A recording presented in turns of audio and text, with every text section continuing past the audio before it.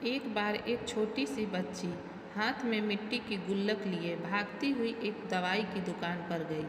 वह काफ़ी देर तक वहाँ खड़ी रही, लेकिन दुकानदार का ध्यान उस पर नहीं गया क्योंकि वहाँ पर काफ़ी भीड़ थी।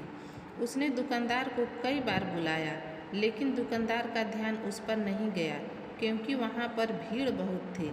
फिर इस बच्ची को गुस्सा आया और अपने मिट्टी को गुल्लक को वहीं काउंटर पर जोर से रख दिया।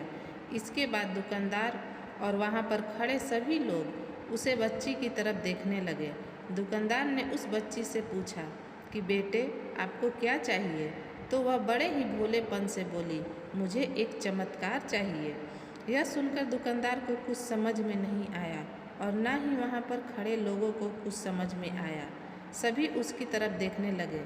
फिर दुकानदार ने उससे कहा, बेटे, चमत्कार तो यहाँ पर नहीं मिलता है।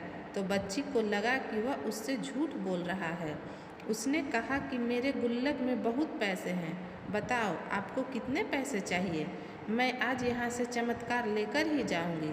तभी काउंटर पर खड़े एक आदमी ने उससे पूछा कि बेटी, क्यों चाहिए तुमको चमत्कार? तब उस बच्ची ने अपनी कहानी बताई। अभी कुछ दिन पहले मेरे भाई के सर में बहुत तेज़ दर्द हुआ। मेरे मम्मी पापा उसको हॉस्पिटल ले गए।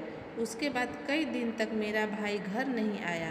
मैंने बहुत बार अपने पापा से पूछा, लेकिन उन्होंने मुझे कुछ नहीं बताया। वो बार बार यही बोलते रहे कि वह कल आ जाएगा, लेकिन वह अभी तक घर नहीं आया है।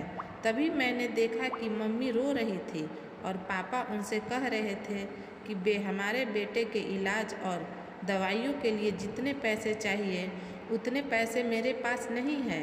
अब उसको कोई चमत्कार ही बचा सकता है। तब मुझे लगा कि मेरे पापा के पास अगर पैसे नहीं भी हैं तो क्या हुआ, मेरे पास तो हैं। इसलिए मैंने जितने भी पैसे जोड़ रखे थे वह सारे पैसे लेकर इस दवाई की दुकान पर आई हूँ ताकि चमत्कार खरीद सकूँ। फिर उस आदमी ने बच्ची से पूछा कि कितने पैसे हैं तुम्हारे पास? यह सुनते ही बच्ची ने गुल्लक उठाई और वहीं ज़मीन पर पटक कर उसे फोड़ दिया और पैसे गिनने लग गई। वहाँ पर खड़े सभी लोग उसे देख रहे थे। थोड़ी बाद उसने सारे पैसे इकट्ठे किए और बोली, मेरे पास पूरे 19 हैं। वो जो आदमी वहाँ पर खड़ा था वह थोड़ा सा मुस्कुराया और बोला कि अरे, तुम्हारे पास तो पूरे पैसे हैं, इतने का ही तो आता है चमत्कार। यह सुनकर वह बच्ची बहुत खुश हो गई और बोली, चलो मैं आपको अपने पापा से मिलवाती हूँ।